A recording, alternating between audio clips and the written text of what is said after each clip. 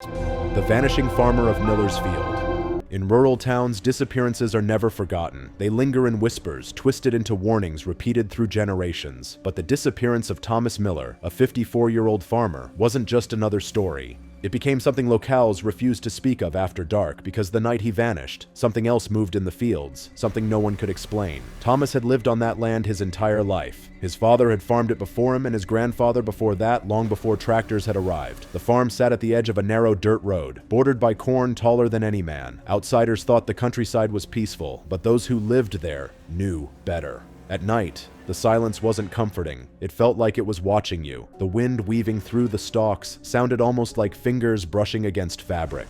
The day before Thomas disappeared, he spoke to his neighbor Earl Crawford about something troubling. He said he had been hearing whispers from the fields after midnight, his name being called. Soft but insistent. Earl laughed it off, chalking it up to exhaustion. Harvest season left every farmer bone-tired. But Thomas insisted it wasn't just sounds. He had seen a shape standing between the corn rows on 2 different nights. Not moving, not walking, just watching. Earl tried to joke about it. Thomas didn't. It looked like a person, he said, voice trembling, but not the way a person should look. Too tall, too thin, and the head wrong. Like it wasn't shaped right. Those were the last unsettling words Earl ever heard from him. Around 12:40 a.m., Earl woke to the sound of his dog whining. His farm was half a mile from the Millers, but the night carried sound far. Stepping onto his porch, he froze. From the direction of Miller's field came a scream, long drawn out, terrified. A man's voice. Thomas's voice shredded by panic. Earl's instincts screamed at him to grab a flashlight and run, but he stood frozen as the cry abruptly ended. The silence that followed was worse. He grabbed a lantern and ran across the road, calling Thomas's name. The sky was clouded, the moon absent. Only the lantern's dim glow lit the edges of the massive field. The farmhouse door was wide open. Inside, nothing was disturbed. Coffee mugs sat on the table. Boots lined the door. Lights still burned. It was as if Thomas had left in a hurry, but the back door had been ripped off its hinges, pulled outward with unnatural force. Earl didn't dare enter the field alone. He backed away, shaking, lantern in hand. Then, he heard it.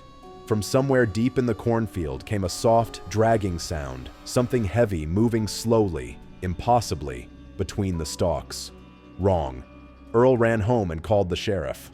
By morning, more than 24 locals scoured the acres of corn. Walking through it felt like moving through living walls that swallowed sunlight. At first, they found nothing. No struggle, no footprints, no broken stalks. Then, more than 700 feet from the farmhouse, searchers found a chilling sight. A single boot. Thomas's boot. It stood upright as if carefully placed. A few feet away, the second boot lay on its side, half buried. But there were no footprints, no trail, nothing to suggest where Thomas had gone. The soil around them was disturbed, but not in any direction a person would move. It looked as though something had come up out of the ground. Later, behind a thick wall of corn, searchers discovered a perfect circular patch of flattened stalks, nearly 30 feet wide. The pattern looked as though something had spun violently in the center, crushing everything inside. At its center, Thomas's flashlight sat still, glowing, pointing straight up into the dark sky. One young searcher, Rick, said he felt breathing behind him while standing in the circle, slow, steady, massive. When he turned, nothing was there, but the corn had shifted.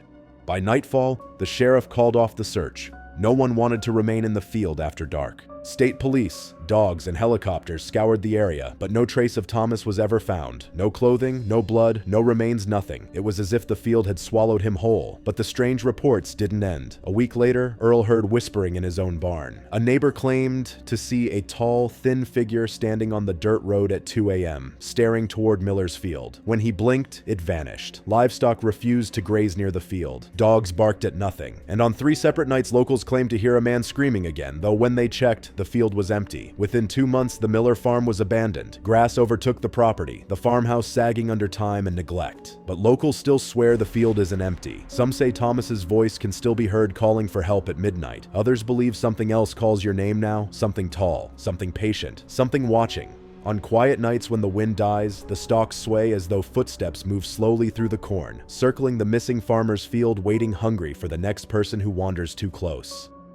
Footsteps on the gravel road that never led to anyone. Gravel roads in the countryside have a personality of their own. They crunch under boots, tires, and bicycles, carrying sound for miles through the open land. Anyone raised in rural towns knows that sound, the slow, steady crunch, crunch, crunch of footsteps approaching long before you can see who they belong to. But on Harrison Road, a lonely, unpaved strip of land swallowed by dense woods, the footsteps didn't belong to anyone at all. People heard them, people felt them, yet no one was ever seen. Locals eventually called it the Invisible Walker. For nearly 20 years, it haunted the isolated county, and for one family, it became a terror that twisted their lives beyond recognition. The Carson family lived at the very end of Harrison Road, Evelyn, her husband Robert, and their 12-year-old son, Matthew. Their aging farmhouse sat alone among tall grass with a gravel road looping around a patch of woods and stretching half a mile toward the main highway. The first time Evelyn heard the footsteps, she assumed it was an animal, maybe a deer stepping on loose stones. It was around 11:30 p.m., and she was washing dishes when she heard the sound. Crunch, crunch, crunch. Slow, steady, almost purposeful, too rhythmic for an animal. She expected someone to pass by the kitchen window, but the road outside was empty. The footsteps grew closer, stopping directly in front of the window, and then nothing. The night fell silent. Robert dismissed it as her imagination, the product of living too far from neighbors. But Evelyn's instincts told her something was wrong. And she was right. The footsteps returned the following night, and the next. Always the same slow, deliberate pace, always stopping directly in front of the house, as though waiting for an invitation. 2 months passed before Matthew confessed he'd been hearing them too. He had been doing homework in his bedroom with the window slightly open on warm nights when he heard the familiar crunching along the gravel. The steps stopped right below his window, and he was suddenly aware of breathing slow, wet, heavy breathing, like something enormous was standing in the shadows, staring up at him. He slammed the window shut and refused to sleep in that room for weeks. The first true encounter happened to Robert. Around 1:15 a.m., while fixing a loose shutter, he heard the footsteps again. He aimed his flashlight at the road, but nothing was there. Not a person, not an animal. The sound continued anyway, getting closer. Crunch, crunch, crunch, until the invisible footsteps passed directly in front of him, only 2 feet away. Robert stepped back in shock, dropping his flashlight. As the steps moved past him, he felt a cold brush of air against his shoulder, like something large had walked by without a body to cast a shadow. From that night on, the footsteps didn't just pass the house, they circled it. On October 14th, 2003, everything changed. At 3:05 a.m., the entire family jolted awake to frantic, pounding footsteps racing down the road. This was no slow, eerie rhythm. These were fast, desperate as if someone were running for their life. Then came a scream, violent, raw, human, yet shredded with fear. It echoed through the hills like a warning from another world. Moments later, only one set of footsteps returned, slow, heavy, deliberate. Crunch, crunch, crunch until it stopped directly at the Carsons' front door. Robert grabbed his rifle, ignoring Evelyn's pleas not to open it. He swung the door open to an empty porch. The road was empty, the woods were silent, yet he could hear breathing slow, deep, almost mocking, right in front of him. He fired blindly. The footsteps erupted into motion, circling the house at an impossible speed before disappearing into the woods. The sheriff's department searched the area the next morning.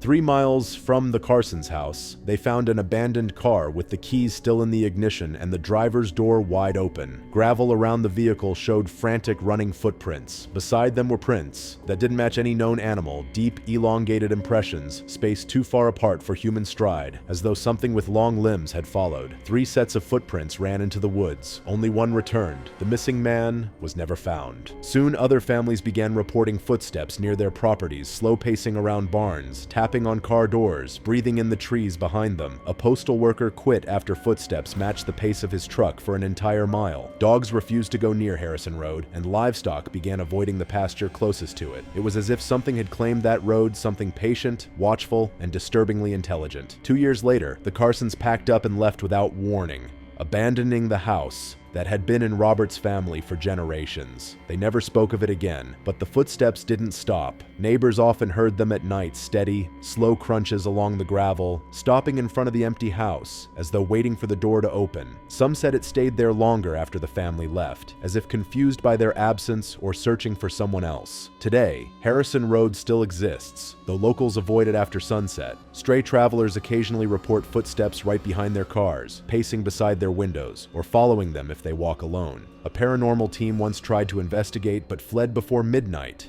pale and shaking. One later wrote, "We heard footsteps the entire time. No one was there, and whatever it was, it knew our names. The footsteps still continue, slow, patient, on a gravel road that leads nowhere because it isn't walking toward somewhere, it's walking toward someone. And if you ever hear footsteps behind you on an empty country road, don't turn around. Locals say that's how it chooses its next victim.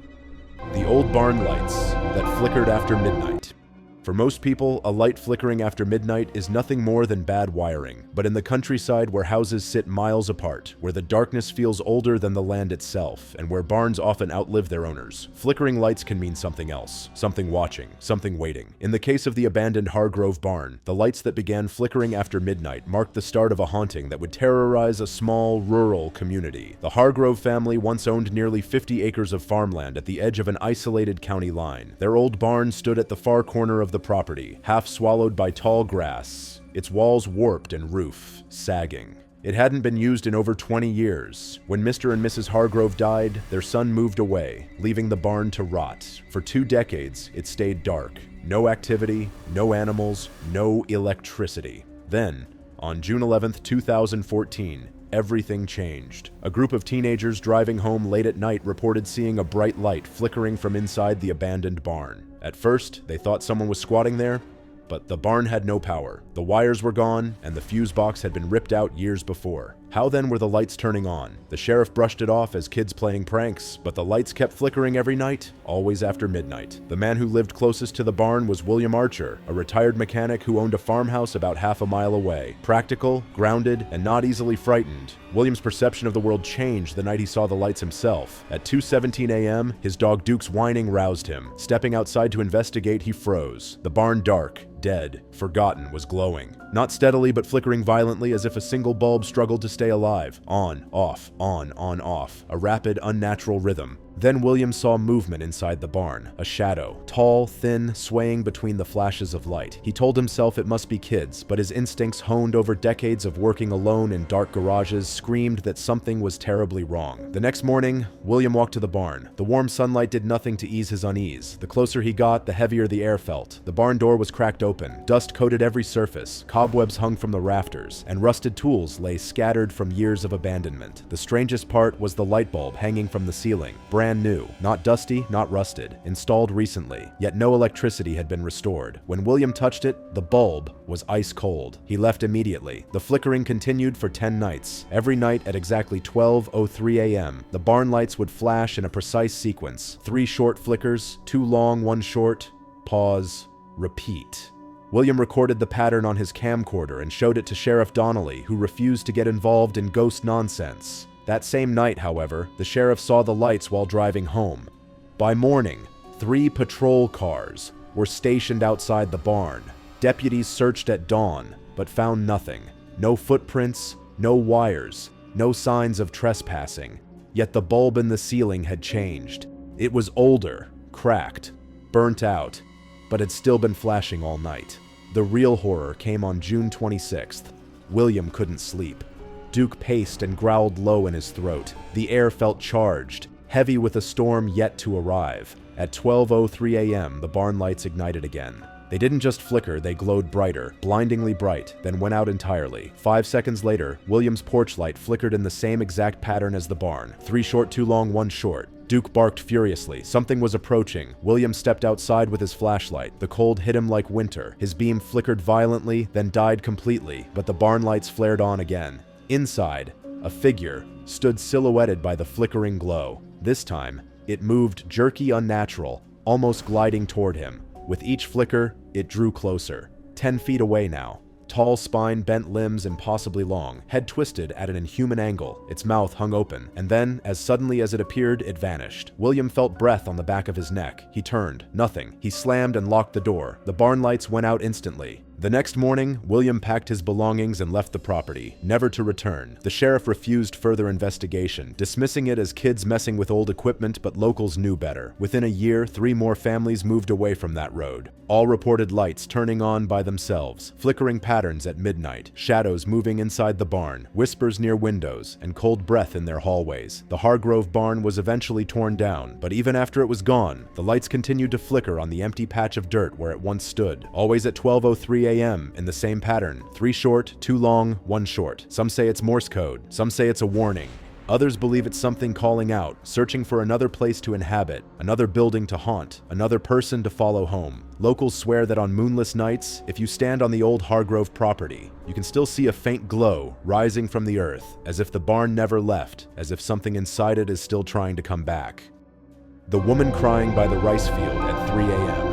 The countryside has its own kind of silence, deep, heavy, and old. At night it becomes even thicker, settling over the long stretches of rice fields like a blanket no one dares to disturb. But for the villagers living near Sundari rice fields, the silence was broken by something far more unsettling, the sound of a woman crying, not once, not twice, but every night at exactly 3 a.m. The first person to hear it was Rahim, a night guard who worked at the rice mill across the road. On a humid August night, while making his usual rounds, he paused because he heard something faint drifting across the fields. At first he thought it was an animal, or perhaps a child sneaking out late, but the sound grew clearer, soft sobbing, broken by gasps, like someone trying to speak through tears. A woman's voice, trembling, fragile, and desperately sad. He shined his flashlight toward the field, but the beams only reached the first few rows of rice. Beyond that, everything was swallowed in darkness. The crying continued for nearly a full minute before stopping abruptly, leaving Rahim shaken and unsure if he should report it or pretend he imagined it.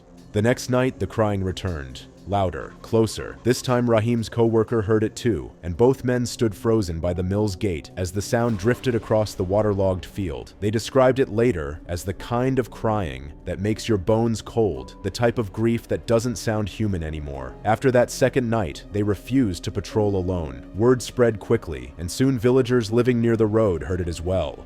Some claimed the crying moved from one end of the field to the other, as if the woman was walking barefoot through the muddy water. Others said the cries sometimes sounded angry, almost like wailing, echoing off the bamboo trees that lined the far edge of the land. No one wanted to investigate, even during daylight, because everyone knew the history of the Sundari rice fields. 15 years earlier, a woman named Annika had gone missing. She was last seen walking along the road at dusk after an argument with her husband. Search parties scoured the area for a week, but the only trace they found was one of her sandals near the flooded part of the rice field. The area was deep, then many parts reaching waist level, and the mud underneath was soft enough to swallow a person without leaving much behind. Some believed she drowned. Others whispered she had been taken by someone, or something, that lived in the fields. Her body was never found. Her disappearance remained one of the village's most painful mysteries. The night everything escalated was the night Rahim saw her. It was 3:02 a.m. when the crying began again, but this time it was louder than ever. Rahim grabbed his flashlight and, against every instinct screaming at him to stay put, stepped toward the low embankment that separated the road from the rice field.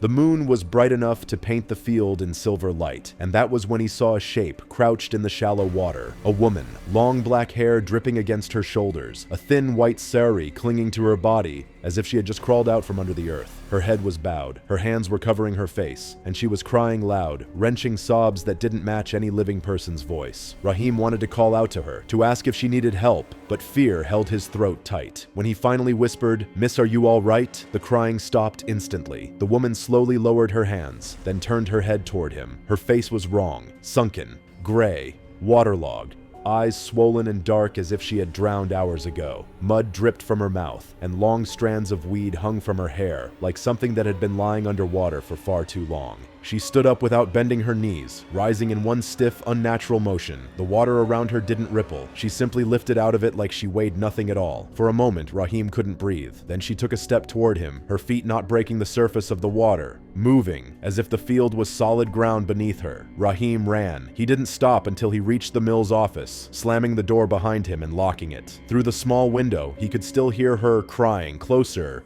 now, almost at the road. But by the time the other guards gathered the courage to look outside, the field was empty. 3 days later, Rahim quit his job and moved away, refusing to talk about that night again.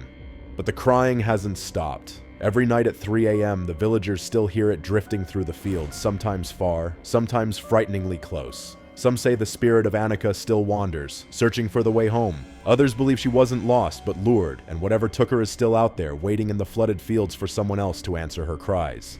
The hunter who followed a whistle into the woods. There is a rule every countryside hunter knows. If you hear a whistle in the deep woods, you don't follow it. Whistling is not a normal forest sound. Animals don't do it. Wind doesn't bend that way, and real people, don't stand alone in dense trees at night, making the same tune over and over. But Daniel Crowley, a 42-year-old hunter with decades of experience, made the mistake of believing he was alone. His final night in the Pine Ridge Forest became a story locals still refuse to tell after sundown. Daniel was seasoned, calm, and not easily spooked. He had hunted deer, elk, and boar in those woods since he was a teenager. Nothing unusual had ever happened to him, but the forest had grown different the past year. Locals felt a presence, something watching from places no animal dared to stand. Dogs barked at the tree line for no reason. People swore they saw shapes at dusk. Tall shapes that didn't move right. Daniel dismissed all of it as imagination. On November 3rd, he entered the woods around 4:30 p.m., planning to set up his deer blind before sunset. The air was colder than normal, still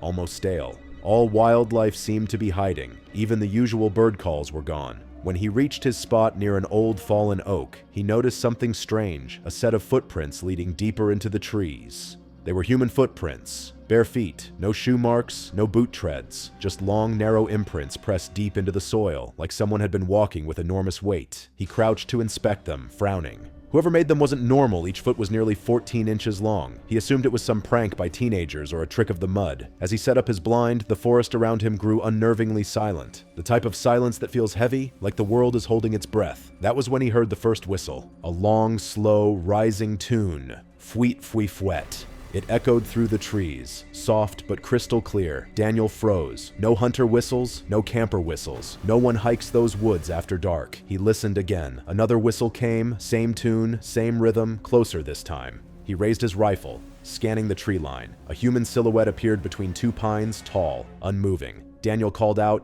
"Hello, you lost." No answer. Just a third whistle, drifting through the air like a cold breath. He stepped out of his blind. Adrenaline prickling at the back of his neck. The figure shifted slightly. Not walked, shifted, like it had been in one place and was suddenly in another. Daniel's instincts screamed at him to leave. But hunters are stubborn, and curiosity sunk its hooks deep.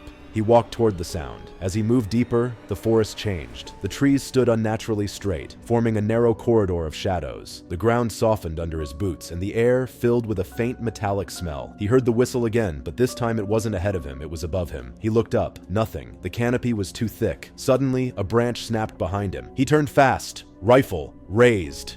There was no one there. But the footprints had returned, fresh ones, circling him quietly while he searched the darkness. His breath quickened. Something was following him. Something barefoot. Something tall. Daniel began backing away, but the whistle came again, now only a few feet to his left. He swung the rifle toward the sound. Nothing. Then another whistle to the right, then behind him. It was circling him, toying with him. The forest erupted with movement as something rushed past him with unnatural speed, a blur cutting through the darkness. The whistle grew sharper, harsher, like it was no longer a tune, but a warning. Daniel ran. Branches tore at his jacket as he sprinted through the woods, desperately searching for the trail back. But the forest felt wrong, twisted. The trees didn't match what he remembered. Every direction looked the same. The whistle followed him, almost playful now, echoing around him in mocking loops. Daniel reached a clearing, one he had never seen before. In the middle stood a dead tree, hollow and split open at the base. Something moved inside it. Slender fingers too long, too pale, gripped the edges of the hollow. Then a face emerged. Not human.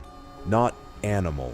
Something stretched thin, eyes black and deep like holes in frozen mud. Its mouth opened wider than any jaw should bend, and from that gaping void came the same whistle he'd been chasing.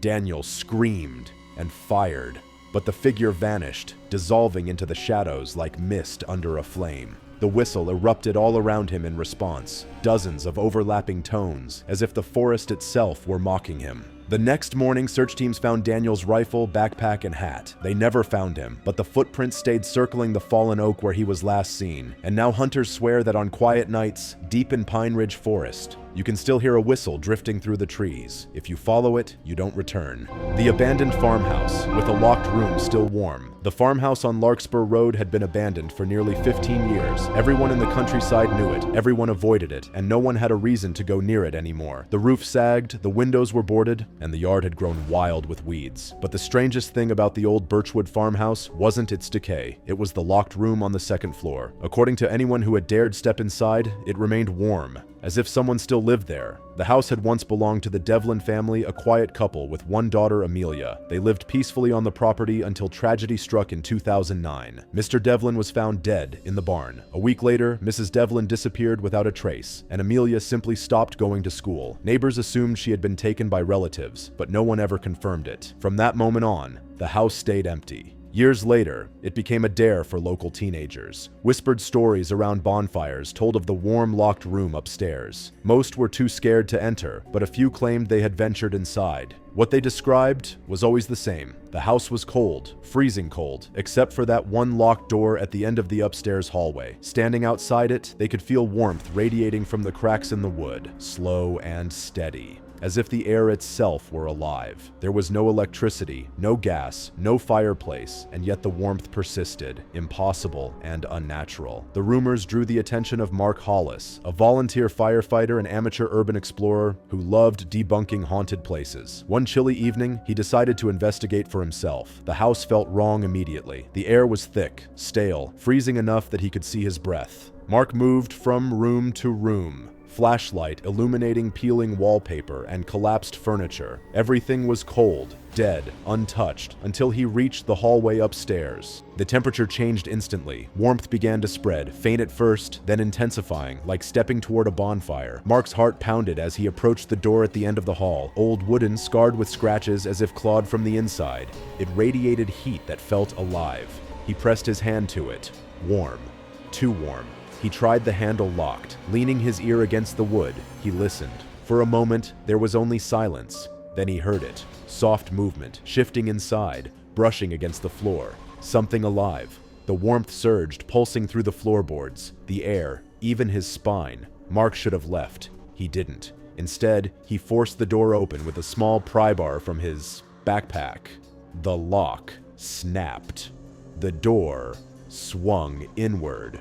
What he saw wasn't logical. The room was spotless, neat as if someone had tidied it that very morning. A small bed was perfectly made. A wooden desk sat beneath the window, crayons arranged by color on top. On the wall, scrawled in uneven handwriting, were the words, "Don't let her out." The warmth hit him like a living wave, thick, charged, suffocating. Mark stepped further inside, and then he heard it. A soft sniffle, then breathing, then a girl's voice. "Are you here to open the other door?" He spun around. No one was there. The warmth intensified, unbearable, and the door behind him slammed shut, locking itself. He screamed, throwing his weight against it. The room grew hotter, walls throbbing with heat. Small hands seemed to brush against his back and neck, tugging at his shirt. The girl's voice whispered again, closer this time. "She's in the warm place. I can't hold her anymore." Finally, Mark hurled his shoulder into the door, splintering the frame, and ran, never looking back. Soft footsteps chased him down the hallway, fading only when he reached his truck. By then, the farmhouse windows glowed a faint orange, as if the warmth inside had found something new to burn. Mark left town within a week. The farmhouse? Everyone swears it's still cold throughout the building except for that one door upstairs. Still warm, still locked, still waiting. The dirt road stranger who asked for a ride home. Rural roads at night have a way of feeling endless, the kind of roads where headlights only illuminate a few feet ahead, and the rest is swallowed by darkness. Most people who grew up in the countryside know the rule. Never pick up strangers on a dirt road after dark. But for some, that rule is learned too late. It was the summer of 2012 when James Harper, a 28-year-old delivery driver, learned that lesson the hardest. He was driving his old pickup truck down Cedar Hollow Road, a winding dirt lane flanked by dense woods, after completing a late-night delivery. The road was silent except for the tires crunching over loose gravel and the occasional hoot of an owl. That's when he saw a man standing alone on the roadside, partially lit by James's headlights. The man was tall, thin, and wearing a dark hoodie, despite the warm summer night. His face was shadowed, but his stance was calm, almost deliberate, as if he had been waiting there for hours. James slowed the truck, instinctively wary. The man raised a hand. "Hey, can you give me a ride?" the stranger called, voice flat but strangely calm. James hesitated. He'd been taught never to pick up strangers, but the man's voice was quiet, almost pleading, and there was something human about his posture, too human maybe. Against better judgment, James unlocked the passenger door. The man climbed in without another word. At first, the ride was quiet. James tried to make small talk, asking where he was headed. The man's response was unsettling. "Just down the road, that's all." He didn't offer a name. He didn't move much. He simply stared forward, hands resting on his knees, occasionally glancing at James in a way that made his skin crawl. The road seemed to stretch longer than usual. James noticed that every turn they took seemed familiar, but at the same time, unfamiliar. The dirt lane twisted unnaturally, as though the landscape itself had changed overnight. His headlights swept across trees that seemed denser, closer, and somehow darker than they should have been. Then it happened. James glanced at the stranger in the passenger seat and froze. The man's eyes, visible now in the faint glow of the dashboard, were completely black. No iris, no whites, just void. A chilling void staring straight through him. James's throat went dry. Where do you live?" James stammered, trying to keep his voice steady. The man tilted his head, and the faintest smile crept across his face. "You'll see soon enough," he whispered, almost too soft to hear. James's heart pounded as he realized the road no longer matched the turns he had memorized from years of driving the route. Every landmark seemed wrong. Trees were twisted differently, fences ended abruptly, and the gravel under the truck's tires felt softer, almost like sand. Panic set in. He knew he had to get this stranger out of the truck, but before he could act, the man's voice came again. "Turn here," he said, pointing toward a narrow, overgrown path James had never noticed before. Something primal told James not to follow it, but the man's presence was oppressive, almost paralyzing. His mind was clouded, unable to think clearly. His hands shook as he steered down the narrow dirt path, the truck crunching over unseen roots and rocks. Then the strangest thing happened. The headlights began to flicker, briefly illuminating the stranger's face, and in those fleeting flashes, James saw something impossibly wrong. The man's features shifted, elongating unnaturally, with teeth too sharp, too jagged, and skin that seemed almost translucent. His shadow stretched along the trees, twisting like smoke in impossible directions. Before James could react, the stranger spoke again, this time in a guttural whisper. Almost there. The truck hit a bump. James's vision blurred. When he blinked, the seat was empty. The passenger door was open, and the figure had vanished.